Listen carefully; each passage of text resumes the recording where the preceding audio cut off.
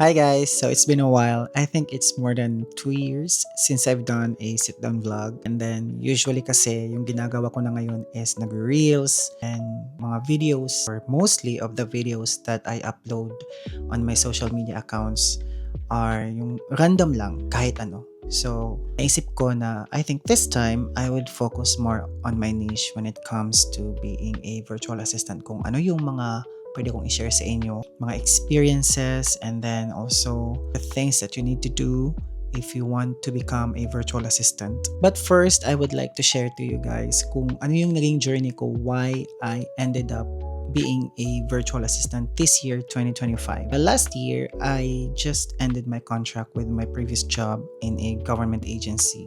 Hindi kasi ako regular doon, and then yung kontrata namin is nag-renew siya every year. Now, may performance basis din naman kung renew ba yung kontrata mo or hindi. So, this year, 2025, I ended up working on an agency dito sa Davao City. Now, yung job ko is a general virtual assistant. Hindi ko talaga siya like kasi malaki masyado yung sahod ko. Hindi naman super malaki. Malaki yung agwat ng sahod ko from my previous job versus my current job right now. But then again, I had to earn money kasi yung mga bills ko every month, walang ibang magbabayad noon kundi ako lang. I started applying at the company last January 2025. Long story short, I started my training February 10 this year, 2025. 30 days yon dito sa Buhangin, Davao City. And ayun, natapos yung 30 days, nag-start ako mag-work from home right after my 30th day. Kahit ganun yung nangyari, like, thankful pa rin ako sa kay God kasi alam mo napaka-OA ko talaga no. Pero to be honest, he really put me in a good and safe place. Kasi there's always a time for everything.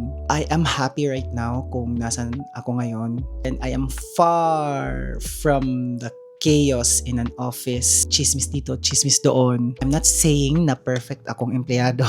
But to make it more, yung para bang klaro sa part mo na nanonood ngayon, I am very happy kasi yung boss ko, yung client ko is napakamabait. Super mabait siya. Kung tapos na yung trabaho ko, tapos na yung shift ko, hindi na siya magcha-chat or whatsoever. Like, ganun naman talaga dapat, di ba? Hindi yung tatawagan ka, mag-overtime ka ba? And then, also, as days goes by, na nagtatrabaho ko sa bahay, syempre, naging challenge din sa akin yung maliit na sahod. Maliit na sahod in terms of hindi kayang bayaran ng sahod ko yung mga bills ko, which is true naman. Naman talaga akong magagawa doon. I always look at the bright side of everything. I am still hoping and praying na dagdagan ni Lord yung income ko. Ayun na nga, dinagdagan nga ni Lord. I had my other client also. Direct client siya, to be honest. And then, very challenging talaga mag-work in a graveyard shift, lalong-lalo na if you're a morning person. Kinaya ko. And nasanay na ako, guys. Hindi na nga ako komportable matulog ng like 11 or 12 kasi mulat pa yung mata ko at that time. So, yung normal time ko sa pagtulog is around 5 a.m. Pagkatapos ng shift up until 12 noon or 11 a.m. on the next day. On that day pala. Like, naging happy naman ako sa work ko. I'm so happy with my job right now. May challenges din when it comes to like finances, but part yan ng adulting, di ba? And I am very happy kasi kung ano yung mga skills na natutunan ko sa previous job ko is na-apply ko siya. Hindi naman talaga ako tech savvy, but I am trying my best to be a fast learner. Ina-admit ko, marami pa rin akong mali. I always commit mistakes, but I always learn from it. If you yourself, you want to become a virtual assistant, you need to have your skills. You need to know what are your skills. You need to have your resume.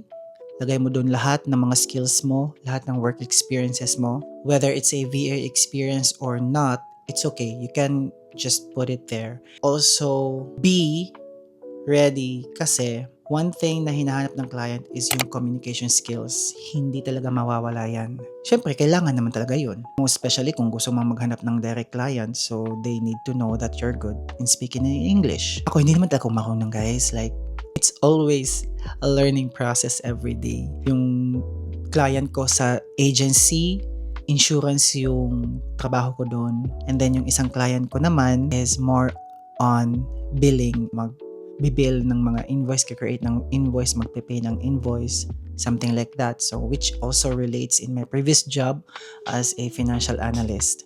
The most challenging part if you want to become a VA is that yung pag-a-apply mo sa mga online job sites, hindi talaga siya ganon kadali. I myself, dumating din ako sa point na nag-a-apply ako, nagiging miserable na yung ginagawa ko. Gusto ko magkaroon ng client sana kasi gusto ko magtrabaho sa bahay. Pero ginusto ko yung part guys na mag-a-apply ako dito, alam ko to. So, dapat mag-apply ka doon sa mga job post na alam mong may skills ka doon sa job post na yon. So, wag kang mag-a-apply kasyo ganito, kasyo ganyan. A-applyin mo lahat kasi again, hindi lahat ng ina-applyan mo sa mga online job sites is magre-reply sa'yo. Minsan, tinitingnan talaga nila yung application mo, kung ano yung mga skills and experiences mo. And then, mag-i-email sila kung qualified ka for the interview or not. So, habaan mo yung pasensya mo guys if you want to be a virtual assistant.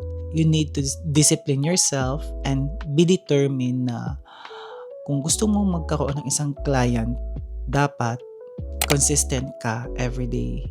It's normal to be disappointed and it's very normal.